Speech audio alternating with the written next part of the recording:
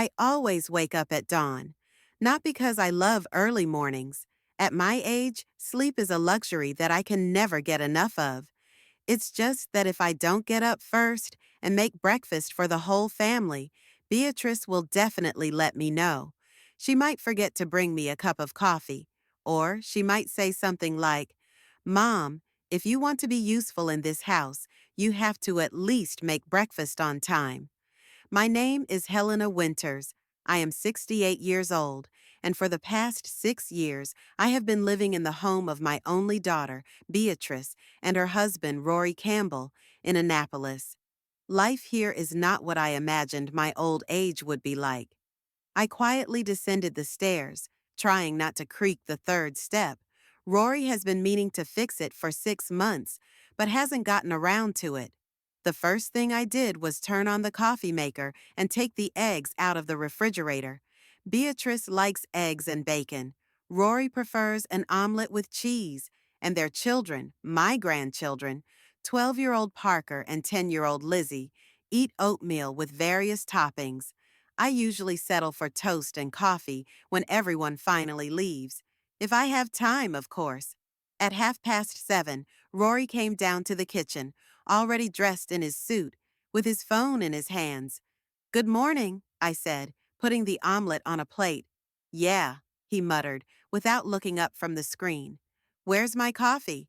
"I'll pour it now." I reached for his favorite mug, which said, "Best Dad in the World." A gift from the kids last Christmas. "Helena," he finally looked up, "I've asked you so many times to make the coffee stronger. This is just water." I silently took the cup and poured the contents into the sink. The coffee was exactly as strong as he always drank it, but there was no point in arguing. "And don't forget to pick up my shirts from the dry cleaners today. I need them for tomorrow." "Of course," I replied, brewing him a fresh cup of coffee. I used to have my own house, a small one-story, three-bedroom cottage on the outskirts of Annapolis. Richard and I bought it in 1987, right after he got a promotion at the insurance company. It wasn't the most luxurious house, but it was ours. Every weekend we would improve something in it. Richard would build shelves. I would work in the garden. We had a large apple tree in the backyard that we planted when we moved in. Every fall I would make pies and jam from its fruit. And then Richard died. Suddenly. A heart attack right at work. He was only 65. We had so many plans for retirement, traveling, maybe buying a little house by the sea. All those plans fell apart in a single day. "Mom, you're lost in your thoughts again." Beatrice's sharp voice brought me back to reality. She stood in the kitchen doorway, already dressed for work at the county administration, where she held some middle management position. "The kids will be coming down for breakfast soon, and you haven't got anything ready." "I've almost finished," I replied, taking the oatmeal out of the microwave. Beatrice glanced at her watch and pursed her lips. "The school bus feeds them better than what you cook for them. And look at this kitchen. It's filthy. Have you even cleaned up this week?" I said nothing. The kitchen was sparkling clean. I washed it every night after dinner and every morning after breakfast. But Beatrice always found something to complain about. After Richard's death, I lived in our house for almost a year. It was difficult, both emotionally and financially. The insurance payout was less than we expected, and my pension barely covered the utility bills and property tax. Then Beatrice and Rory suggested I move in with them. "Why do you want to live alone in such a big house, Mom?" Beatrice said. "Sell it, and the money will go toward the family's future. We can put it into educational funds for Parker and Lizzie, or invest it, and you can live with us as long as you want." It seemed reasonable. I sold the house, which was worth a lot. The Annapolis area has always been highly valued. I gave most of the money to Beatrice and Rory for my grandchildren's future, as we had agreed. I kept a small amount for myself for personal expenses. I didn't immediately understand what my life would become, At first, I was just a grandmother who helped with the children. Then I was a grandmother who cooked and sometimes cleaned. And now, Grandma, my gym clothes are dirty. Parker rushed into the kitchen, throwing a crumpled t-shirt on the table. Wash it by tomorrow. Good morning, Parker, I said, handing him a bowl of oatmeal. Of course I'll wash it. Did you make it with blueberries? I asked for strawberries. He looked at the bowl with displeasure. We're out of strawberries, dear, I tried to explain. Mom, he shouted, Grandma messed up again. Beatrice, who was talking on the phone, covered the receiver with her hand. For God's sake, Mom, can't you do anything right? She then returned to her conversation. Parker smiled smugly and demonstratively pushed his plate away. At 12 years old, he had already learned that his grandmother's opinion didn't matter. After breakfast, everyone left. Rory went to work, Beatrice went to the office, and the children went to school. I was left alone in an empty house with a mountain of dishes and a to-do list for the day that Beatrice had left on the refrigerator. In addition to the usual cleaning, laundry, and cooking dinner, it said, pick up Rory's shirts from the dry cleaners, take Parker's suit to the tailor for alterations, buy groceries from the list, water all the plants, wash the windows in the living room. I sighed and started washing the dishes. I used to love this moment of silence when I could think about my own things, but now my thoughts kept returning to the past, to Richard and me in our house, to the freedom I had, to the respect I felt. My gaze fell on the pile of mail on the edge of the table. Among the bills and advertising brochures, I noticed an envelope addressed to me. It was from Doris Ashton, an old friend whom I hadn't seen since Richard's funeral. She had moved to North Carolina to be with her son shortly after her husband's death, and we had kept in touch only occasionally, exchanging greeting cards on holidays. I wiped my hands and carefully opened the envelope. Dear Helena, I haven't heard from you in so long. I hope all is well with you at Beatrice's. I'm writing to tell you that I'm finally moving back to Annapolis. Can you believe it?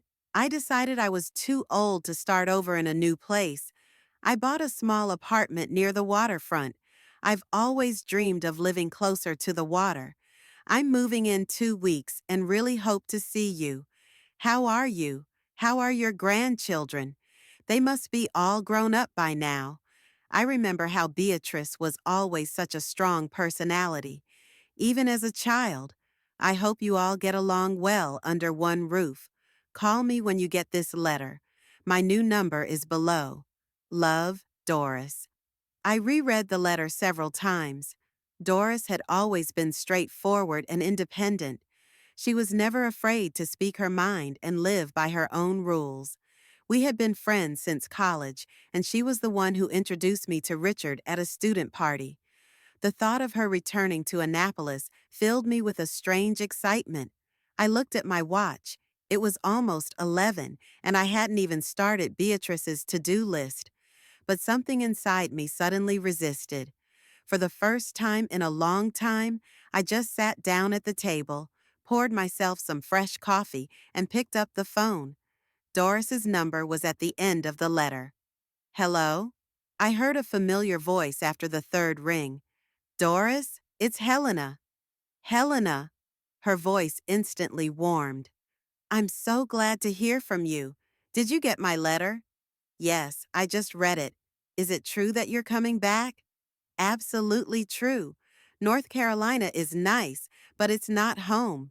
You know, after Frank died, I realized that I wanted to spend the rest of my life where I was truly happy. And that's Annapolis. We talked for almost an hour about the past, about our children, about life after our husbands' deaths. I carefully avoided details about my current situation, but Doris, always sensitive to nuances, noticed my tension. Helena, you seem tense. Is everything okay with you and Beatrice? Yes, just a lot going on, I replied unconvincingly. You've always been a terrible liar, she smiled. Let's meet up as soon as I arrive. We need to have a serious talk. After the call, I sat looking out the window at the neatly trimmed lawn in front of the Campbell's house. I mowed that lawn every week, rain or shine. I watered the flowers that Beatrice chose. I cooked meals from recipes that Rory approved.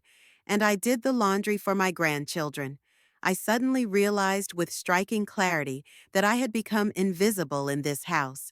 Not a grandmother, not a mother, not a mother-in-law, just a convenient appendage that was supposed to function without complaint and ask for nothing in return. The doorbell snapped me out of my thoughts. The mailman had delivered a package for Rory. I put it on the table in the hall and glanced at myself in the mirror opposite. Gray hair pulled back into a messy bun, wrinkles around my eyes, a tired look. When did I become this woman? And more importantly, when did I allow myself to be used like this? Doris's letter was still lying on the table, a reminder of another life, a life in which I once made my own decisions and had my own space. I folded it carefully and hid it in my pocket. It was a small act of defiance, not showing it to Beatrice, not telling her about the call. I started washing the dishes, mechanically performing the familiar movements. But something inside me had changed. It was as if a tiny spark had been lit inside me, too weak to call it rebellion, but bright enough to notice its existence. In the evening, when the whole family gathered for dinner, I watched them with a new sense of detachment. Beatrice talked about problems at work. Rory nodded without looking up from his phone, and the children interrupted each other with stories about school. No one asked how my day had gone. No one noticed that I was wearing my best necklace, a gift from Richard on our 30th wedding anniversary. "Mom, you've oversalted the sauce again," Beatrice remarked, wrinkling her nose. "I told you Rory is on a diet." "I'm sorry," I replied automatically, even though I knew the sauce was just right. It was just that lately, everything I did seemed to be wrong by definition. "And don't forget to iron my dress for tomorrow," Beatrice continued. "We have an important meeting, and it's all wrinkled." "I already ironed it," I replied. "It's hanging in your closet." "Grandma, you promised to help me with my history project," Lizzie interjected, without looking up from her phone. "Yes, dear, whenever you want." "Tonight, of course," she interrupted. "The project is due tomorrow." "But you didn't tell me about it before," I said, confused. "I did. You just never listen," Lizzie exclaimed with the drama typical of 10-year-olds. "Mom, seriously?" Beatrice put down her fork. "Lizzie has an important project, and you don't even remember?" "I would have remembered if—" "Stop making excuses," Beatrice cut me off. "If it's hard for you to help your grandchildren, just say so." I fell silent. It was useless to argue. Late in the evening, when everyone had gone to their rooms, I sat at the kitchen table helping Lizzie with her Civil War project, or rather, doing it for her while she texted her friends. Doris's letter lay nearby, and I kept glancing at it as if it were a talisman. Maybe Doris's new life was a sign. Maybe it wasn't too late for me to change something too. The mail usually arrived around 11, and I deliberately planned my day so that I would be home at that time. Since the letter from Doris arrived, I began to pay more attention to the mail. Beatrice and Rory, busy with their own affairs, rarely checked the mail. They usually just threw everything on the table in the hall, and I then sorted the letters into piles: bills, advertisements, personal correspondence. This gave me a slight advantage. I was the first to see everything that arrived. On Thursday, when I heard the sound of the mail truck, my heart beat a little faster. Doris was supposed to arrive this week, and I was waiting for a message from her. Peering out the window and making sure the mailman was gone, I stepped out onto the porch, trying not to think about how I looked like a teenager stealing her parents' letters. After all, it was my house. At least, that's what they told me when they convinced me to sell mine. Among the bills and advertising brochures, I noticed a white envelope from the bank. It was addressed to me, which was unusual in itself.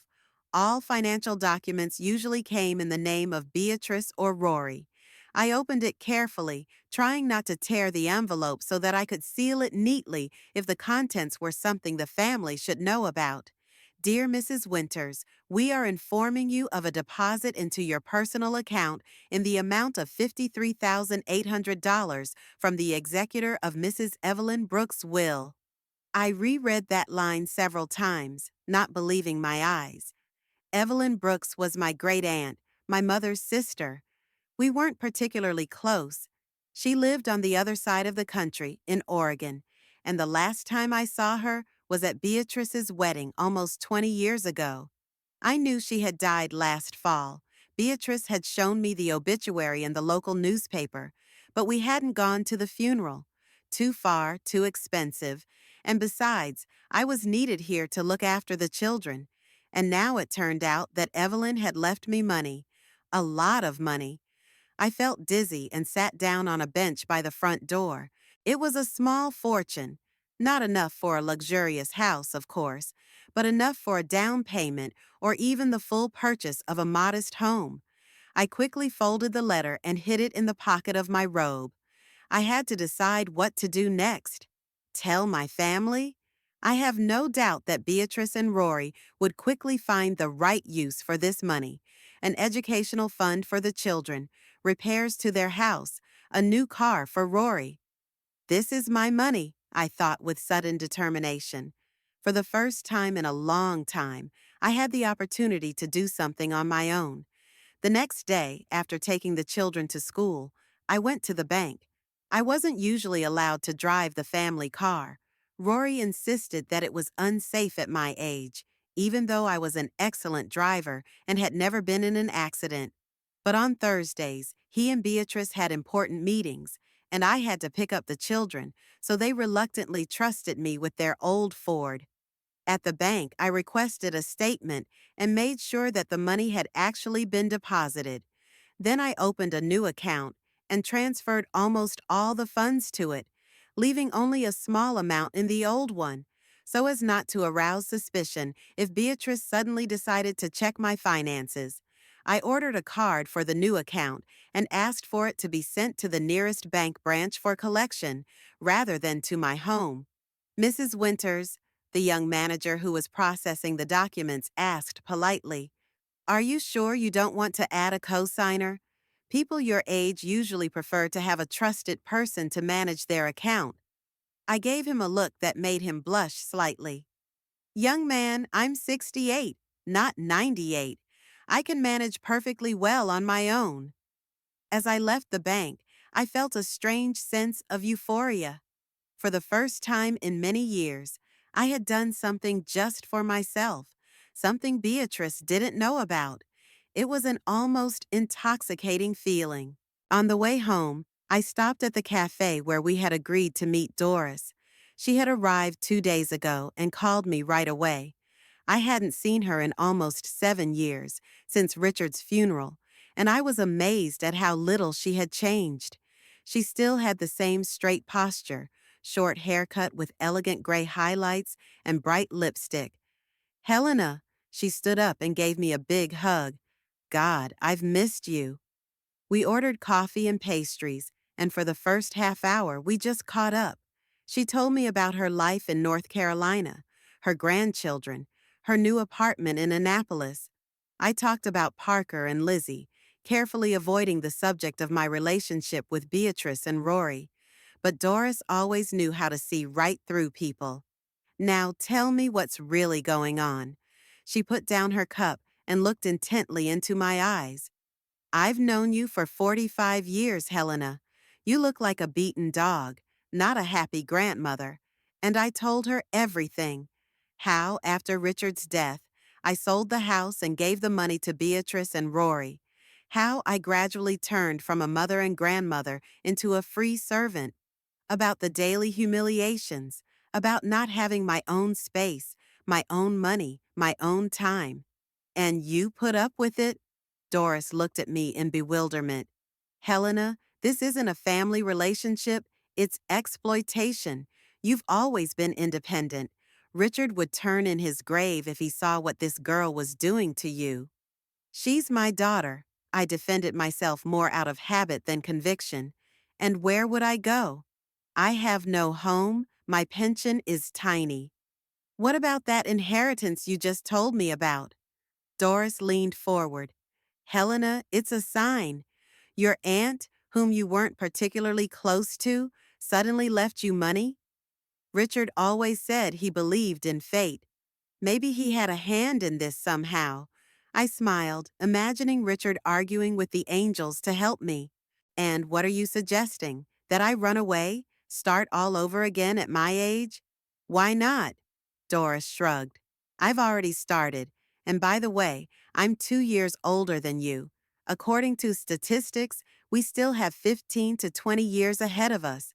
Do you want to spend them wiping the noses of spoiled grandchildren and putting up with insults from your own daughter? I thought about it. Of course, the idea of living separately had crossed my mind before, but it always seemed unrealistic, impossible.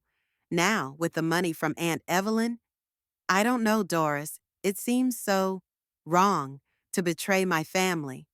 Betray? Doris snorted. Listen to yourself. They betrayed you, Helena. They used your love and kindness, took your home, your money, your freedom. You don't have to sacrifice yourself for people who don't appreciate that sacrifice. We talked for almost 3 hours. I completely lost track of time and only remembered my responsibilities when Beatrice called, demanding to know where I was and why I hadn't picked up the children from school yet. I have to go, I said, hurriedly taking out my wallet to pay for the coffee. It's on me, Doris waved her hand. And think about what I said. Life is too short to waste on people who make you unhappy.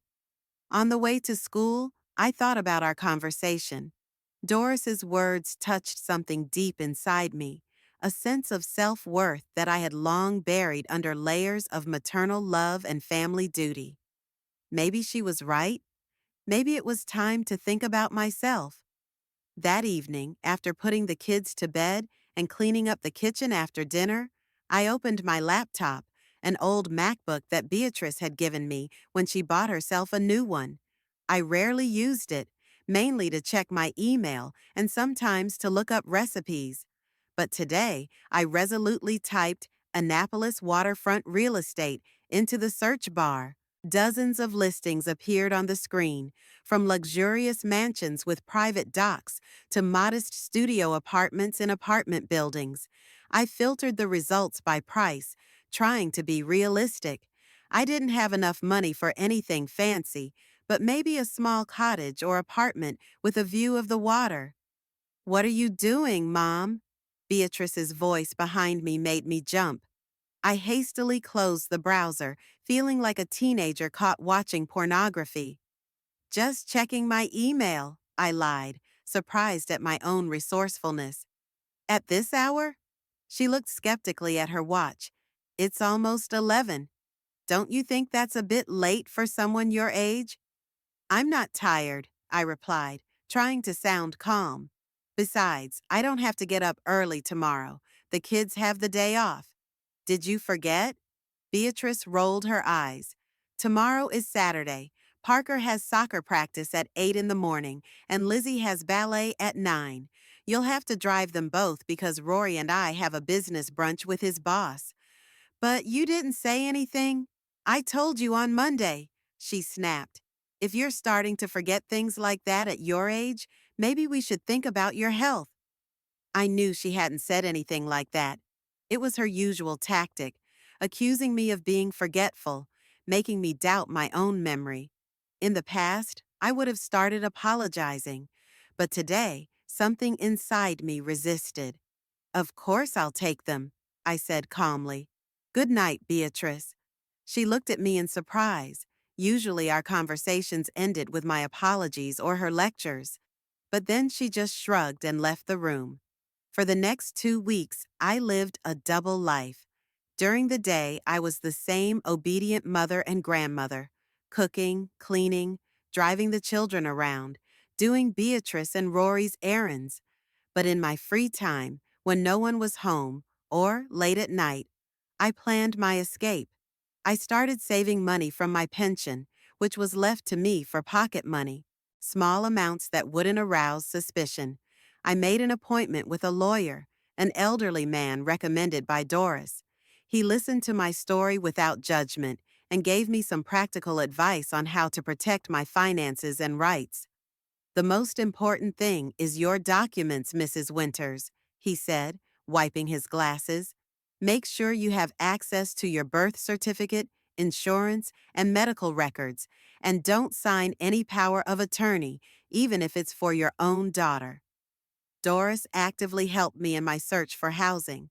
One day, when Beatrice and Rory took the children to Rory's parents for the weekend, she even took me out for the whole day, and we looked at potential options together.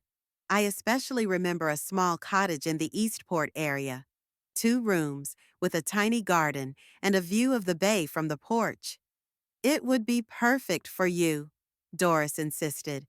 "It's not far from my apartment, close to a supermarket and a bus stop. And look at that view." I stood on the porch, looking out at the calm waters of the bay, and remembered how Richard and I had dreamed of a house like this for our retirement. We wanted to greet the dawn with a cup of coffee, looking at the water, and spend our evenings on the veranda with a glass of wine, counting the stars. Fate had other plans. Or did it? "I'll take it," I said decisively, feeling my pulse quicken. "Let's talk to the agent." It was crazy to buy a house at 68, plan a move, and start all over again. But with every step in that direction, I felt something important coming back to me, a sense of control over my life. Of course, there were doubts. Every time Lizzie hugged me and told me about school, or when Parker, in rare moments of tenderness, asked me to help him with his homework, I felt a pang of guilt. They were children after all, and not to blame for how their parents treated me. Would I be betraying them by leaving? But then I remembered how they copied Beatrice's behavior, the demanding tone, the casual orders, the condescending looks. As Parker once said, "Grandma, you're here to help, not to relax," repeating his father's words almost verbatim. And I realized that by staying, I was doing them a disservice, teaching them that this kind of treatment of elderly relatives was normal. One evening in particular stands out in my memory. Rory and I were sitting in the living room. He was watching a football game. I was knitting a scarf for Lizzie. Beatrice hadn't come home from work yet, and the children were already asleep. "Helena," he said suddenly, without taking his eyes off the screen. "Beatrice and I were thinking, maybe you should visit your sister in Arizona. She's been inviting you for a long time." I did have a sister in Arizona, but we hadn't spoken in several years after a falling out over our parents' inheritance, and I knew for a fact that she hadn't invited me. "Why the sudden suggestion?" I asked, continuing to knit to hide the tremor in my hands. "Well, you know," he shrugged. "A change of scenery is good at your age. Besides, Beatrice and I want to convert your room into a home office. Temporarily, of course, while you're visiting." I looked at him and couldn't believe my ears. They wanted to get rid of me, at least temporarily, to take away the last bit of personal space I had left. "I'll think about it," I replied calmly, though inside I was boiling with rage. After that conversation, my last doubts evaporated. I signed the papers to buy the house in Eastport and made the down payment with Aunt Evelyn's money. The remaining amount should be enough for a modest life for several years, especially with my pension. Deep down, I knew that my escape plan was not only a desire for freedom, but also an act of self-preservation. I could see my future in that house all too clearly. The gradual loss of all my rights, more and more work, less and less respect, and eventually a nursing home as soon as I became too much of a burden. That was not what I deserved, and it was not what Richard would have wanted for me. May in Annapolis was always beautiful, bright greenery, blooming azaleas, a light breeze from the bay. Usually at this time of year, I enjoyed working in the garden, planting summer flowers and trimming the bushes. But this year was different. Inside me, tension was building, like before a storm. I had already received my inheritance from Aunt Evelyn and opened a new bank account, but I still couldn't bring myself to take the final step, to completely sever ties with my family and start a new life. Lately, the atmosphere at home had become even more tense. Rory lost a big client at work and was constantly snapping at all of us. Beatrice was preparing for an audit at the office and spent her evenings buried in paperwork, irritable and unapproachable. The children, sensing their parents' mood, became particularly capricious and demanding. That Tuesday, I was cooking dinner when I heard the front door slam and Beatrice rush into the kitchen. She looked unusually excited. Her eyes were shining, her cheeks were flushed. "Mom, you won't believe it." She threw her bag on a chair. "Rory won a trip to the Caribbean, 2 weeks in Barbados, all inclusive." "That's wonderful," I smiled, genuinely happy for them. After all, a short vacation could improve their mood and reduce the tension in the house. "When are you leaving?" "Next Monday." Beatrice opened the refrigerator, took out a Diet Cola, and took a sip straight from the can. "There's so much to prepare. Buy swimsuits, sunscreen, get the kids ready." "The kids? Are you taking the kids with you?" Beatrice looked at me in confusion. "Of course not. The trip is just for the two of us. They'll stay with you," she said, as if it were the most obvious thing in the world.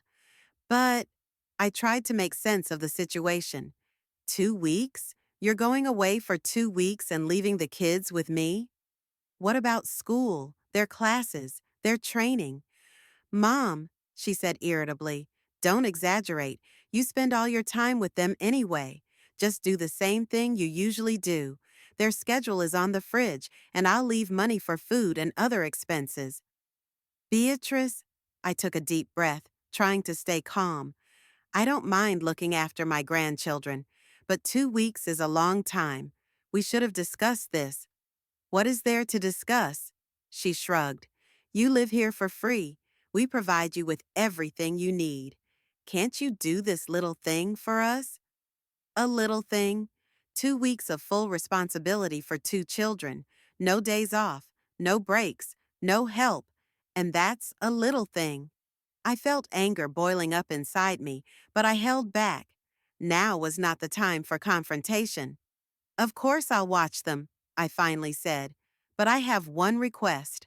Doris invited me to lunch on Saturday. It's only for a few hours, in the afternoon. Maybe you could take the kids somewhere while I'm gone?" Beatrice frowned. "Saturday? We'll be in Barbados, Mom. Were you even listening to me?" "I mean this Saturday before you leave," I clarified, feeling my heart start to pound. "No, that's impossible," Beatrice said curtly. "Rory has an important meeting with a potential client, and I have a manicure and pedicure before the trip. And anyway," she paused, looking at me intently, "who is this Doris? I thought all your friends were in the past." "Doris Ashton," I replied. "We've been friends since college. She recently moved back to Annapolis and invited me to lunch." "Ah, that strange woman from Dad's funeral." Beatrice grimaced. "She always seemed overly independent for a woman her age." I almost laughed. Was independence now considered a flaw? "Independence isn't a crime, Beatrice." "Of course not," she smiled indulgently. "But let's be realistic. At your age, it's normal to be somewhat dependent on your family. Not everyone can live alone, especially after 60. She said 60 as if it were 90. I suddenly realized that my daughter saw me as an ancient old woman, incapable of taking care of myself, a woman whose life is already over and who now exists only for the convenience of her children and grandchildren. "I'm just asking for a few hours to myself," I said, trying not to raise my voice. "A few hours for the last, how long? Months? Years? Beatrice rolled her eyes. God, Mom, don't be so dramatic. You can meet your friends some other time. Right now, our trip is more important. At that moment, Rory entered the kitchen, holding Lizzie's hand. What are you arguing about? He looked around at us. You can hear it throughout the whole house. Mom wants to abandon the kids on Saturday and go out and have fun with some friend of hers. Beatrice sighed dramatically.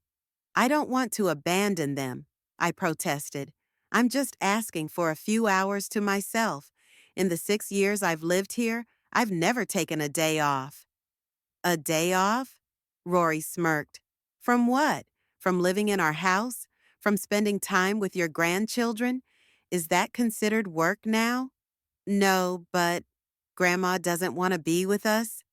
Lizzie looked at me with hurt in her eyes, clearly copying her mother's offended expression. Of course I want to be with you, sweetie. I knelt down in front of her. Grandma just needs a little time to herself sometimes. But we're your family, Lizzie insisted. Mom says family always comes first.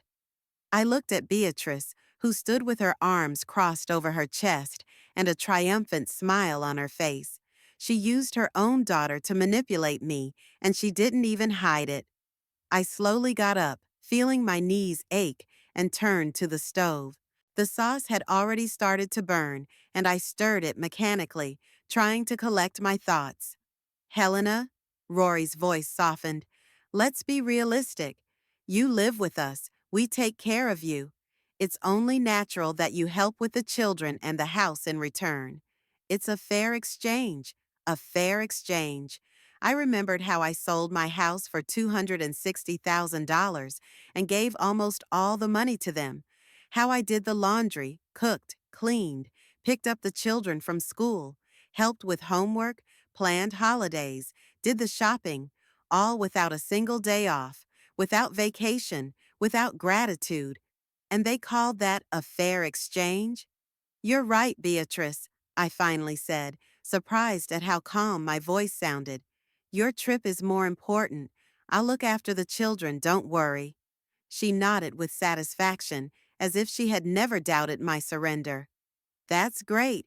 And by the way, while we're away, you could do some deep cleaning, especially in the basement. It's a real nightmare. I felt something inside me break completely. 6 years of pleasing her, 6 years of trying to earn my own daughter's love, and this was my reward. 2 weeks with the kids and a deep clean of the basement. Dinner passed in the usual atmosphere. Beatrice and Rory discussed their upcoming trip. The children interrupted each other with stories about school, and I ate silently, trying not to make eye contact with anyone. After dinner, as usual, I cleared the table and started washing the dishes, while the family moved to the living room to watch some show. I mechanically scrubbed the plates, lost in my thoughts. The phone in my apron pocket vibrated. A message from Doris. How are you? Haven't changed your mind about Saturday? I sighed. I'd have to cancel the meeting. I had almost finished typing my reply when Beatrice came back into the kitchen. Mom, could you make us some popcorn? She didn't even ask, she just stated, already opening the cupboard where the corn was kept. And please don't oversalt it like last time. I silently took the bag of corn from her hands and put the pan on the stove. And one more thing, she continued, already turning toward the door. Don't forget to do the laundry today. I need that blue blouse for work tomorrow. I'll do it, I replied automatically, pouring the corn into the hot pan. And please dust the living room. Do you know how much dust collects on the TV? I nodded silently, stirring the popcorn. And also, Beatrice began to list more tasks, but I was no longer listening. Richard's voice rang in my head, as clear as if he were standing right next to me. Helly, my girl, don't let anyone push you around, not even our daughter, especially our daughter. Enough resting, go clean up, Beatrice suddenly said, noticing that I was standing motionless at the stove, lost in my thoughts. That phrase, spoken in the tone one uses with negligent servants, was the last straw. Something clicked inside me, as if the last barrier holding back my dignity and self-respect had broken. I silently turned off the stove and left the kitchen, leaving Beatrice alone with the unfinished popcorn. I went up to my room and closed the door behind me. My hands were shaking, but not from fear, from determination. I took out my phone and called Doris. "Doris," I said when she answered, "remember that house in Eastport we looked at? I want to buy it." "Right now?" she asked in surprise. "Right now," I confirmed. "Can you contact the agent and tell him I'm ready to make the down payment? We'll use Aunt Evelyn's money." "Of course," she said approvingly. "I'll call him right now." I sat on the bed in the small bedroom that had been generously assigned to me and felt for the first time in a long time that I was in control of my life. No more compromises, no more concessions, no more endless service without gratitude. I deserved better, and I was going to get it. Half an hour later, Doris called back. "The agent says the house is still available.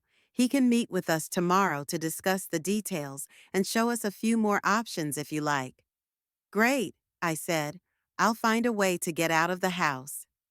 The next day, I told Beatrice that I needed to go to the pharmacy to get some medicine, a harmless lie that didn't arouse her suspicion.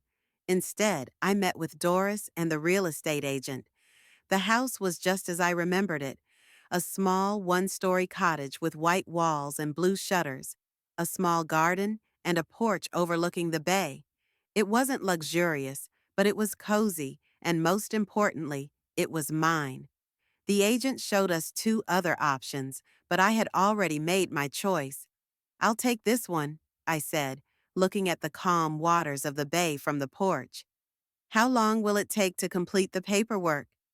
"Provided you make the full down payment right away, we can complete the transaction in a few days," replied the agent.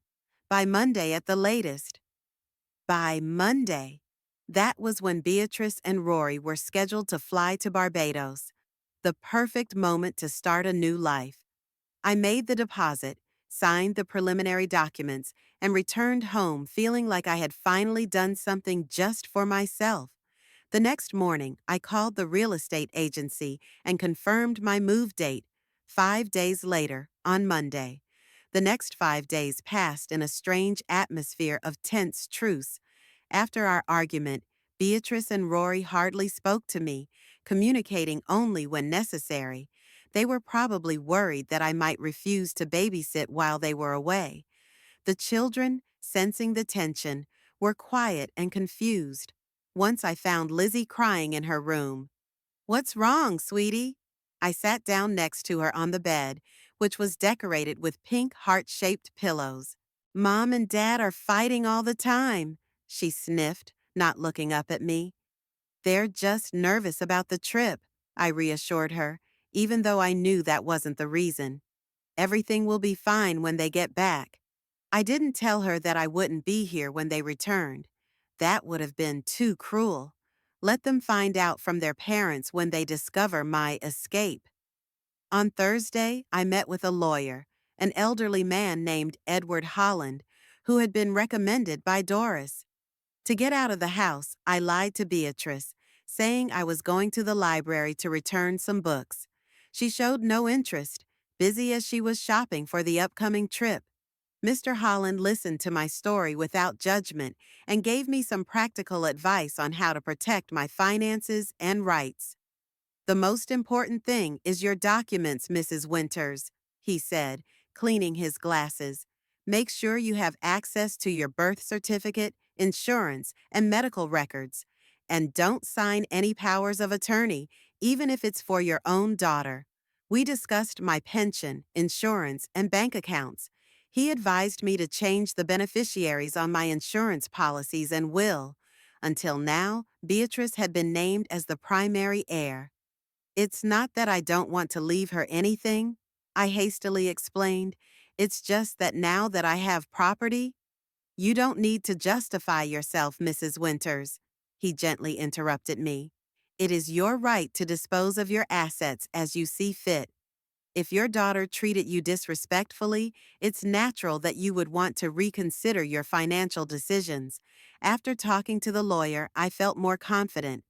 The next step was the bank. I transferred the remaining funds from my old account, which Beatrice and Rory theoretically had access to a new one opened solely in my name. There, I also learned about the possibility of automatic payments for utilities in my new home. I didn't want to accidentally miss a payment due to my disorganization. The realtor, Mrs. Phelps, an energetic woman in her 50s, met me right at the bank and drove me to my new home to double-check everything before finalizing the deal. "You're lucky, Mrs. Winters," she said as we drove through the picturesque streets of Eastport. This area is very popular, especially among retirees. It's quiet, safe, and everything you need is within walking distance. My new home, a small one-story cottage with white walls and blue shutters, looked even more attractive than I remembered.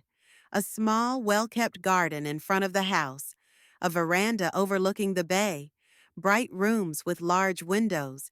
It didn't have the luxury that Beatrice and Rory were used to, but it had what I had been missing for the past 6 years, a sense of home, a place where I could be myself without having to constantly live up to other people's expectations.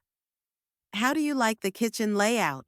asked Mrs. Phelps, showing me the small but functional kitchen overlooking the backyard. The previous owners recently updated all the appliances.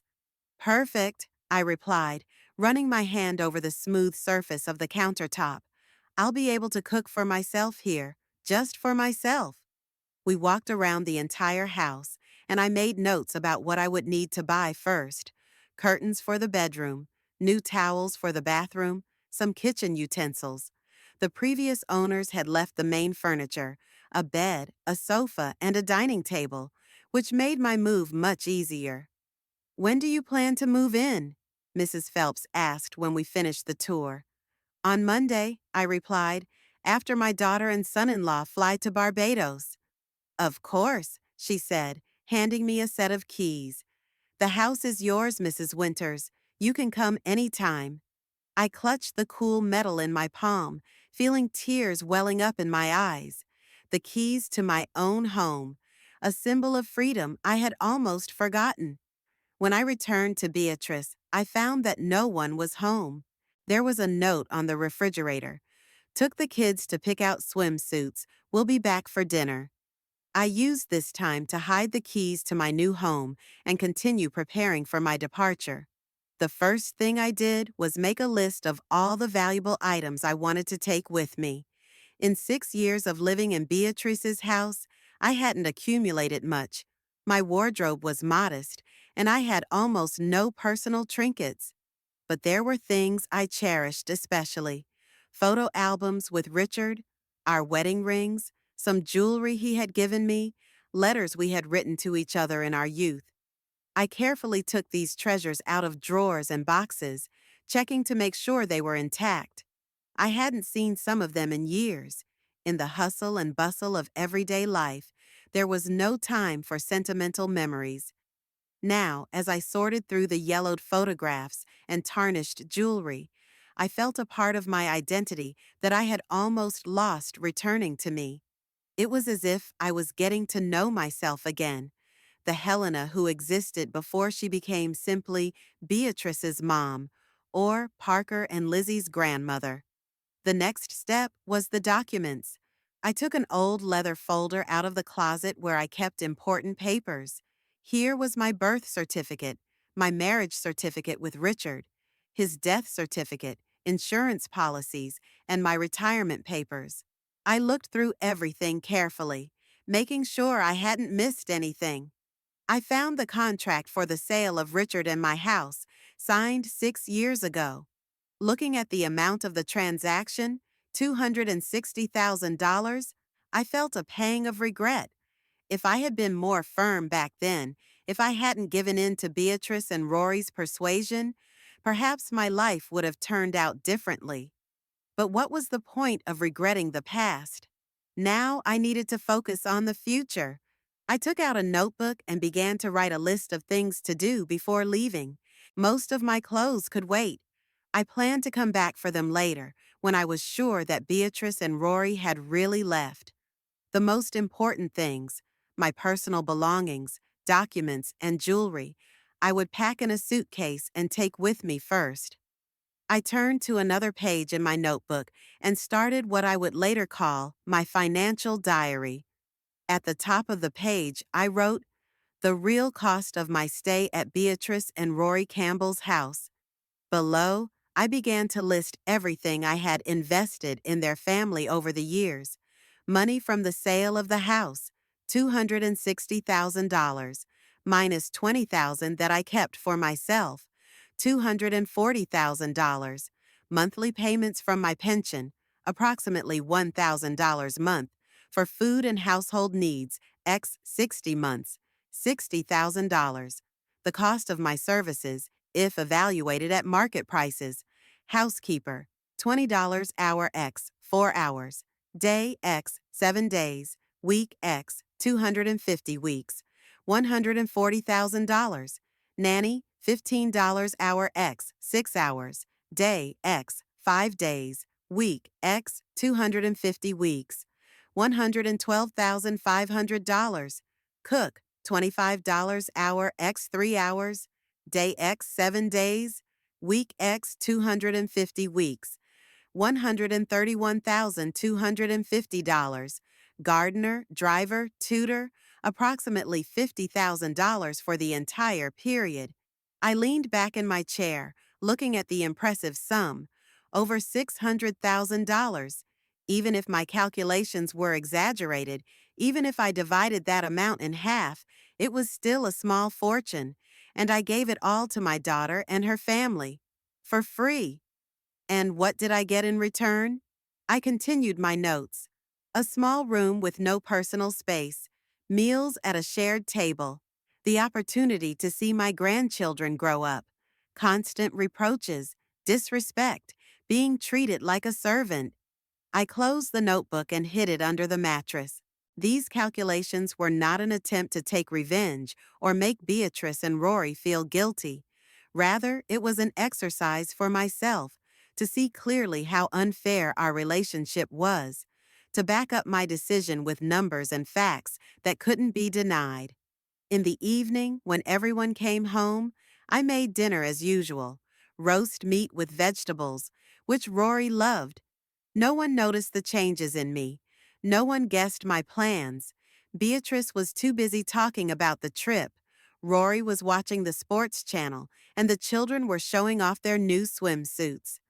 "We bought you something too, Grandma," Lizzie said suddenly, pulling a bright scarf out of a bag. "So you won't be bored while we're gone." I took the scarf, touched by this unexpected gesture. Sometimes the children were more attentive to my feelings than their parents. "Thank you, sweetie." I hugged her. "It's beautiful." "I picked the color," Parker added, trying to sound indifferent, though I could see he wanted my approval too. "You have excellent taste." I winked at him. "It's my favorite shade of blue." On Friday, I continued my preparations, balancing my usual duties with my secret plans. In the morning, I took the kids to school, then did the shopping for the family and made lunch.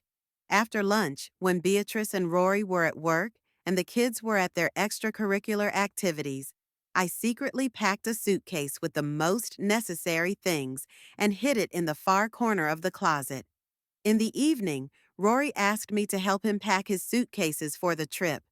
I carefully folded his shirts and pants, thinking that I would never do this job again. "Are you okay, Helena?" he suddenly asked, noticing my distant gaze. "You seem strange these last few days."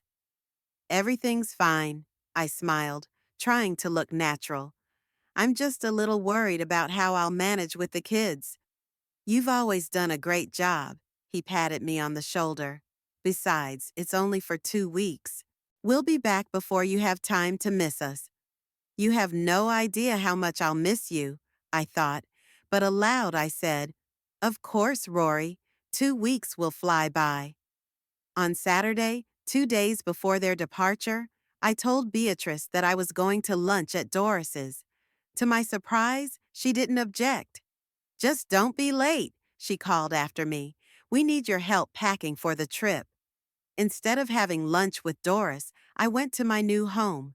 In a small bag were some small items I wanted to move ahead of time: photos, a few books, mementos. I spent most of the day arranging these items around my new home, creating cozy corners that would remind me of the past but not block the future.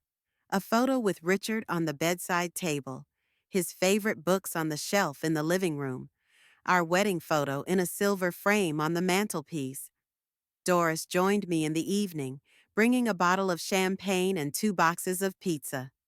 "We have to celebrate your new home, even if you haven't officially moved in yet," she said, setting glasses on a small table on the porch. "To your new life, Helena." We sat on the porch, watching the sunset over the bay, drinking champagne and sharing stories from our youth. For the first time in many years, I felt truly relaxed.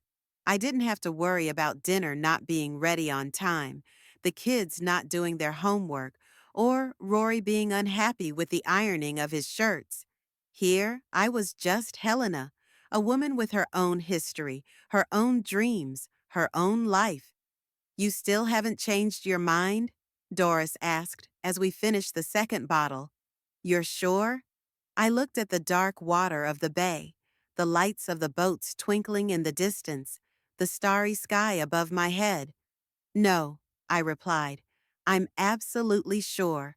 For the first time in a long time, I feel like I'm doing the right thing." When I returned to Beatrice's house, it was almost 9 o'clock in the evening. I found her and Rory in the living room, sitting with their laptops, apparently working on some documents. When she saw me, Beatrice pursed her lips. "You're late," she said accusingly. "We were waiting for you for dinner." "I told you I'd be at Doris's," I replied calmly, "and I didn't promise to be back for dinner." "The kids were asking about you," Rory interjected. "Lizzie was upset that you didn't read her a bedtime story." "I'll read to her tomorrow," I said, heading for the stairs. "Right now, I'm tired and want to rest." I went up to my room, hearing Rory say something irritated to Beatrice. Before going to bed, I took out my financial diary and continued my entries. Now that I knew the exact date of departure, I could finish my calculations. In addition to the financial side of things, I made a detailed list of everything I did for the family on a daily basis, from making breakfast to putting the children to bed. Every task, every responsibility was recorded and evaluated, not so much in terms of money as in terms of time and effort spent. This accounting of my life in Beatrice and Rory's house was not just preparation for a conversation with them.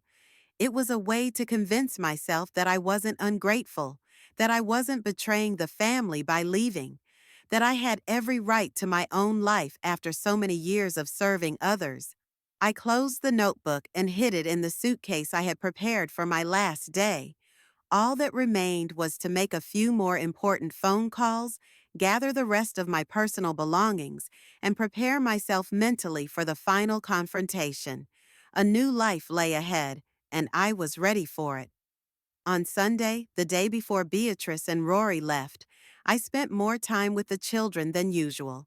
We baked cookies, played board games, and even went to the park, small pleasures that I had rarely been able to afford before due to endless household chores. I knew I would miss them and wanted to leave them with good memories.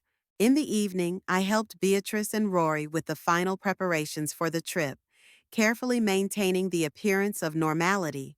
After putting the children to bed, I went back to my room and checked everything I had prepared for the move once more.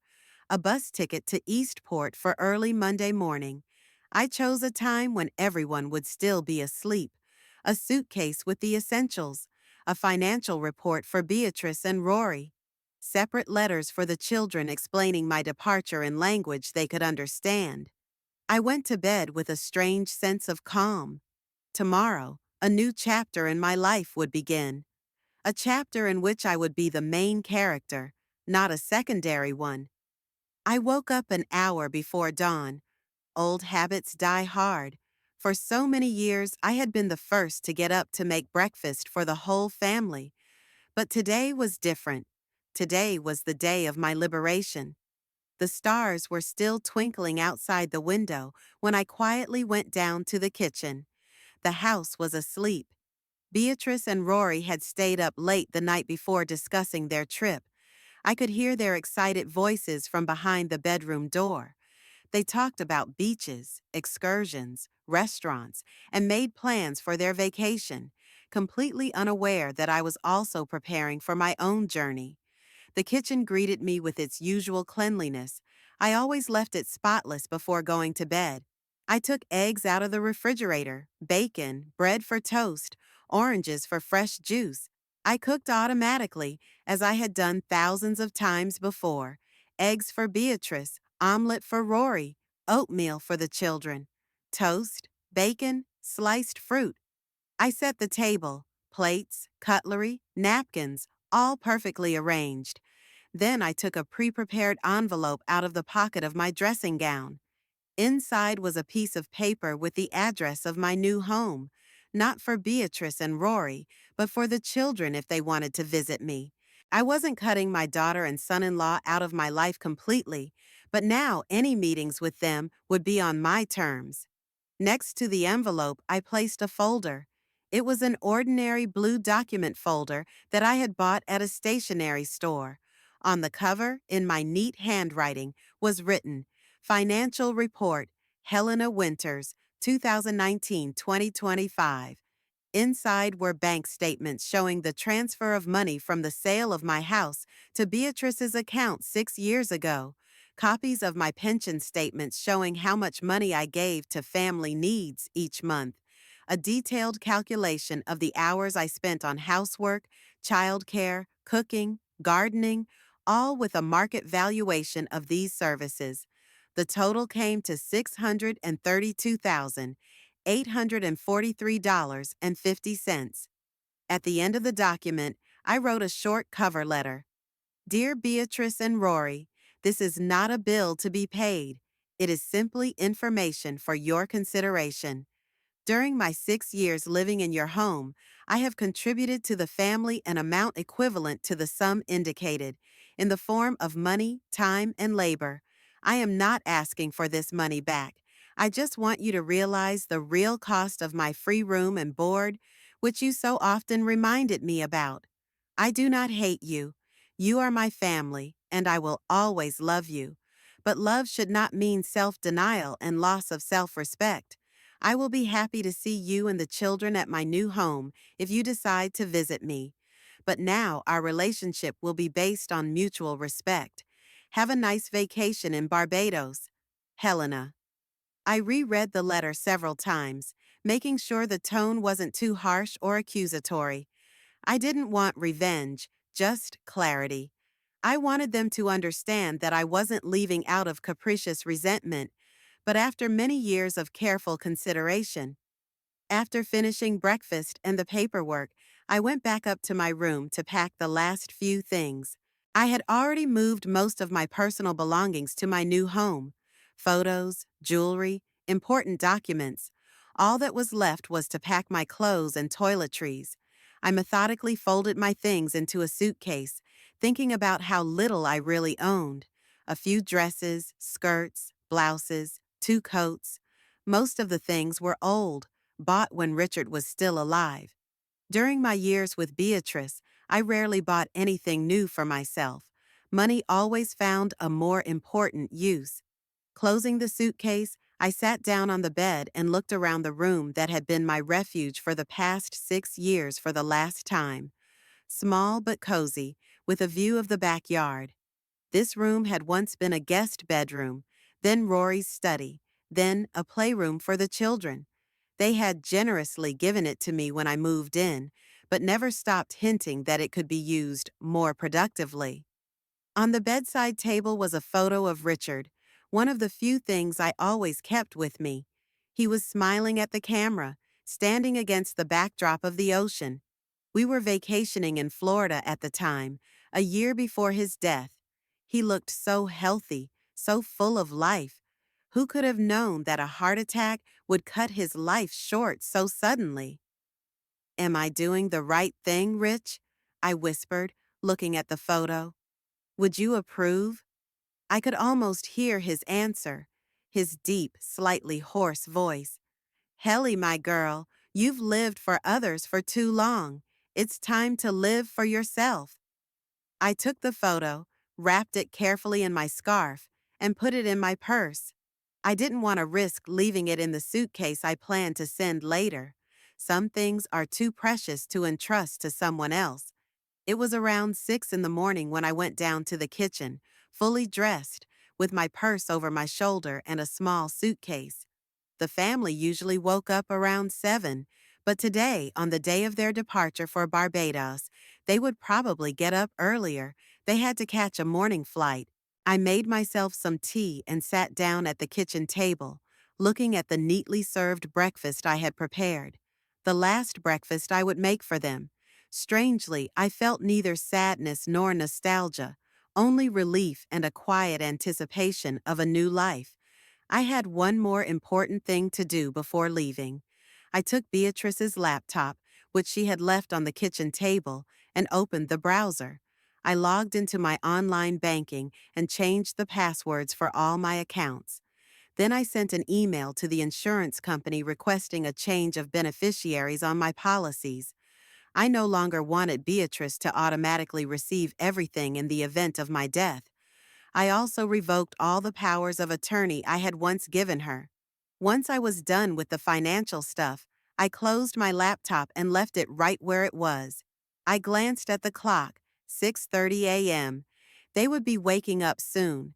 I checked the financial report folder again, making sure all the documents were in place. Now it was hard to miss. I placed it in the center of the table, weighing it down with a salt shaker so it wouldn't blow away in a draft. I wrote 2 more separate notes, one for Lizzie, the other for Parker. In them, I explained my departure in simple terms, assured them of my love, and invited them to visit me at my new home. I placed these notes on their beds. They would find them when they returned from Barbados. Finally, I wrote one more note, a short message for Mrs. Pierce, our neighbor. In it, I asked her to keep an eye on the house while the owners were away, and informed her that I had unexpectedly left due to family circumstances. I planned to drop this letter in her mailbox on my way to the bus stop. I picked up my purse and suitcase and took one last look around the kitchen, the place where I had spent countless hours preparing meals that no one appreciated. I couldn't take many things with me at once. I would take the rest later, when they left, or just leave them behind. After all, most of my things were old and of little value. I heard footsteps in the house. Someone in the family was waking up. I quietly slipped out the back door, closing it gently behind me. The morning air was fresh and filled with the scent of blooming azaleas. I took a deep breath, feeling a part of my freedom return with every step away from the house. On the way, I stopped at Mrs. Pierce's house and dropped a note in her mailbox. Then I continued on to the bus stop. Doris was supposed to be waiting for me there in her car. We had agreed that she would help me with the move. I didn't look back at the house I was leaving.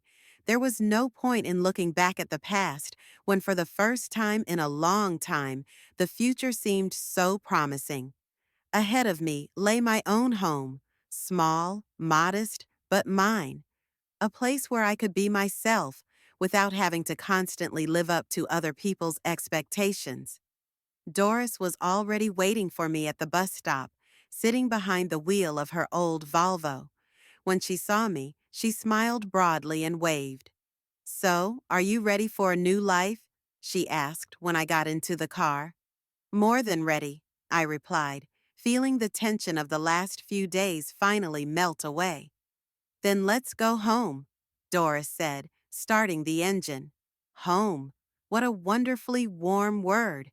I leaned back in my seat and closed my eyes, imagining myself drinking my morning coffee on the porch of my new home, looking out at the bay, falling asleep in silence without listening to other people's voices.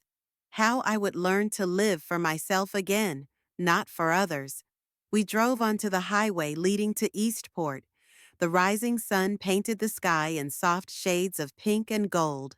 A new day, a new life. At 68, I was finally ready to start over. The first few days in my own home felt like a dream.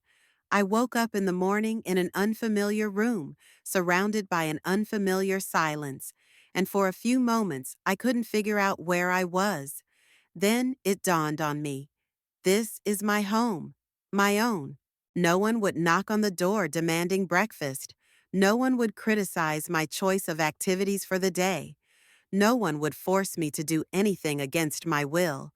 I could lie in bed as long as I wanted, drink coffee while looking out the window at the morning sea, read a book at any time of the day. At first, this freedom was even frightening. I was too used to living according to someone else's schedule, adjusting to other people's needs. My new home was modest, but surprisingly cozy. It was a one-story cottage with two bedrooms, a living room, a kitchen, and a small veranda overlooking the bay. The previous owners left the main furniture, a bed, a sofa, a dining table, and bookshelves. I gradually added the rest myself, turning the faceless space into a home. Doris helped me settle in for the first few days. We went shopping together, choosing curtains, bedding, and dishes, little things that make a house a home. You need more color, she said, pointing to bright sofa cushions. Enough of this beige and gray palette you lived with at Beatrice's.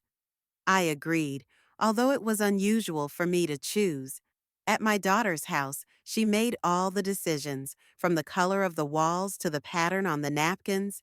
Now I could follow my own taste, and it turned out I had one.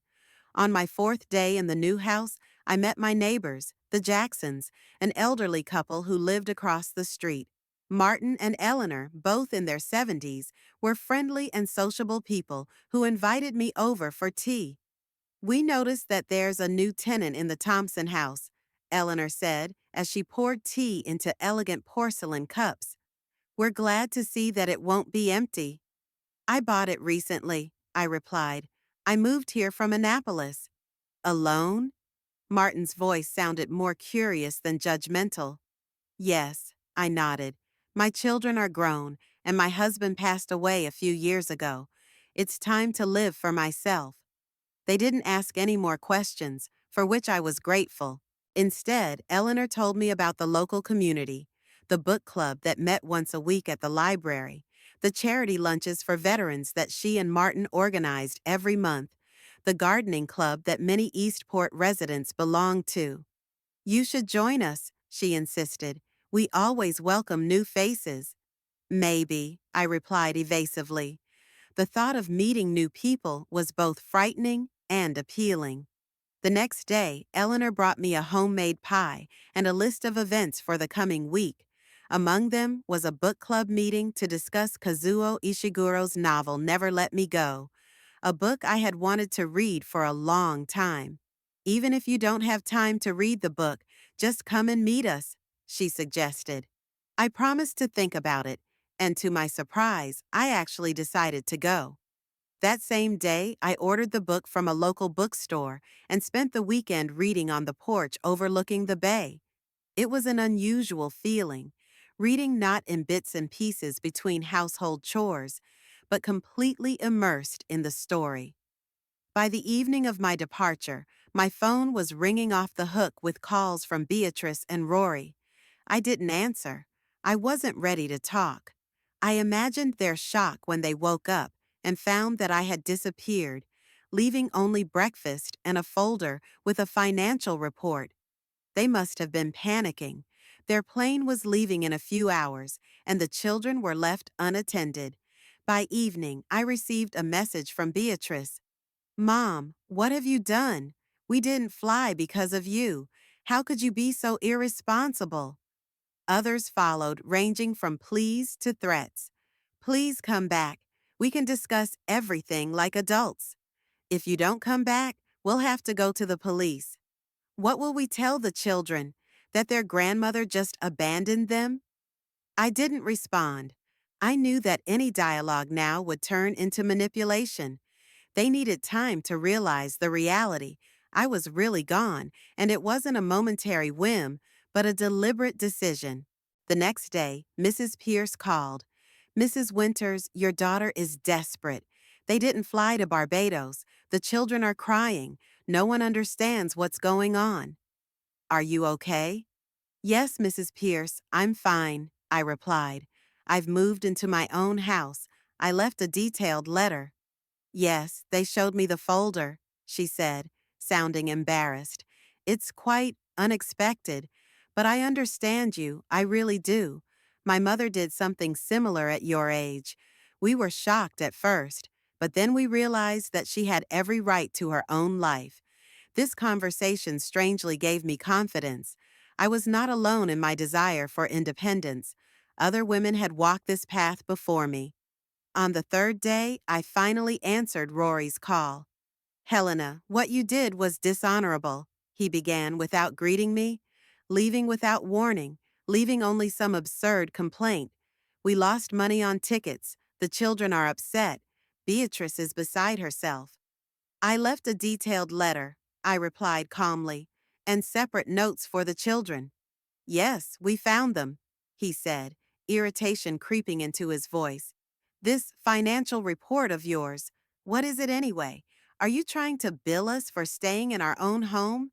No, Rory, I just wanted to show you the real cost of my free accommodation, which you so often reminded me about. That's ridiculous, he snorted. You're our family, not an employee. Exactly, I agreed. I'm your family, but you treated me like a servant. The conversation continued in the same vein for a few more minutes. Rory went from irritation to condescension, then to legal threats. You can't just take your pension. Part of it is for the grandchildren's support. And finally to attempts at manipulation. Parker cried yesterday, asking why Grandma abandoned them. I remained calm, repeating the same thing. I didn't abandon them. I just started living my own life. The children can always visit me, and I'll be happy to see them. At the end of the conversation, Rory changed tactics. Listen, Helena, we all got carried away. You're right. We may not have always appreciated your help as we should have. Why don't you come back and we'll discuss everything? We'll find a compromise. I'm not coming back, Rory, I replied firmly. My decision is final. The next day, Beatrice called. Her voice no longer sounded angry, but rather tired and confused. Mom, please, let's talk. I understand that we haven't always been attentive to your needs, but to leave like this, without warning? I did warn you, Beatrice, I replied gently. Many times. You just didn't listen. But the children, she began. The children can visit me. I'm not giving them up. On the contrary, now I have the opportunity to be a real grandmother, not a substitute for their parents. There was a pause. Then Beatrice asked quietly, Where are you now? I hesitated. Telling her my address meant opening the door to possible confrontation. But on the other hand, sooner or later they would have to find out where I lived if I wanted to see my grandchildren. In Eastport, I finally replied. I have a small house overlooking the bay. The one you looked at with Doris? There was a note of accusation in her voice. So you two planned this? Doris just helped me find a place, I explained. It was my decision. Another pause. Then Beatrice exhaled. Can we come over? With the kids. They need to see that you're okay. Of course, I agreed. This weekend? A week after I left, Beatrice and Rory brought the kids to see me. I was nervous as I prepared for this meeting, but I decided not to show my anxiety. The day before, I baked cookies, Lizzie's favorite lemon ones and chocolate chip ones with nuts for Parker. They arrived around noon on Saturday. I met them at the door of my new house. Lizzie, seeing me, rushed into my arms. Grandma, do you really live by the sea now? Yes, sweetie, I hugged her back. Would you like to see my house? Parker was more reserved, keeping his distance, clearly not knowing how to react. I didn't insist on hugging him, just invited them both inside. It's great here, he said, looking around the living room. Much smaller than our house, but cozy. Thank you, I smiled. It's more than enough for me. Beatrice and Rory remained cold and distant. They entered the house with obvious skepticism, looking around critically. Tea? I offered. We don't have much time, Rory snapped. We just came to make sure you're settled in, Beatrice added. Her gaze lingered on the photos on the mantelpiece, ours with Richard, which I had rescued from oblivion in boxes in the attic of their house. Despite the tension between the adults, the day with the children was wonderful. We walked on the beach, collected shells, ate cookies in my new kitchen, and played board games. To my surprise, Parker and Lizzie seemed more relaxed than usual. They laughed and talked about school and their friends. We didn't go to Barbados because of you, Lizzie said suddenly. Mom yelled a lot. I'm sorry that happened, I replied sincerely. I didn't want to ruin your vacation. It's okay, Parker shrugged. Dad said we'll go another time, and Mom is now helping Lizzie with her homework herself, and she's making dinner. It's not very tasty, Lizzie wrinkled her nose, but she's trying. Those words brought a strange satisfaction. So my departure had already forced Beatrice and Rory to take on the parental responsibilities they had been shifting onto me for so long. When it was time to leave, Lizzie hugged me tightly. I'll miss you, Grandma. Can we come back again? Of course, sweetie. I kissed her on the top of her head. You are always welcome in my home. Beatrice and Rory remained cold until the end of the visit, but I noticed Beatrice looking around my house with surprise when she thought I wasn't looking. Perhaps she hadn't expected me to be able to create a cozy space for myself. Don't forget, Parker has a competition next Saturday, she said as she put the children in the car. If you want to come. It was almost an invitation, the first step toward a possible reconciliation. Life went on. Days turned into weeks, weeks into months. Gradually, my relationship with Beatrice and Rory took on a new form, not close, but respectful. They stopped trying to get me to come back and began to accept my independence as a fact. I saw my grandchildren regularly. They came every 2 weeks, sometimes staying overnight. Gradually, I settled into the rhythm of local life. I started attending book club meetings, got to know several neighbors, and even signed up for watercolor painting classes at the local cultural center. I had always wanted to learn to paint, but never found the time. Doris often came to visit, sometimes staying for the weekend. We went to the market for fresh vegetables and fruit, cooked together, sat on the porch with a glass of wine, watching the sunset. At moments like these, I felt deeply grateful for her friendship. Without Doris's support, I might never have taken such a step. It was a warm June evening as I sat on the porch of my house, admiring the sunset over the bay. The wind carried the scent of salt and blooming roses from my small garden. I was enjoying the moment of peace when the mailman delivered a letter. Among the bills and advertising brochures, I found an envelope addressed in a child's handwriting. Inside was a sheet of paper covered with bright drawings of the sea, the sun, and dolphins, and a short note. Dear Grandma, thank you for last weekend. It was so much fun fishing with your neighbor, Mr. Jackson. I've never caught a real fish before. Mom and Dad don't know I'm writing to you. They still argue about you sometimes, but not as much. Dad has learned how to make spaghetti, and Mom now helps Lizzie with her homework. I think they're getting better. Can we come over next weekend? Lizzie wants to show you her new doll. Your grandson, Parker. P.S. I didn't tell my parents that you taught me how to play poker. It's our secret. I held the letter to my chest, feeling a warm wave of tenderness wash over me. Parker's small act of independence, writing to his grandmother without his parents' knowledge, strangely echoed my own path to freedom. The sun slowly sank below the horizon, painting the bay water in shades of golden pink. My home, my little paradise by the sea, was filling with new memories. There were many days ahead, many sunsets, many letters from grandchildren, many cups of tea with new friends. I didn't know what the future would bring, but for the first time in a long time, I looked ahead with anticipation and hope.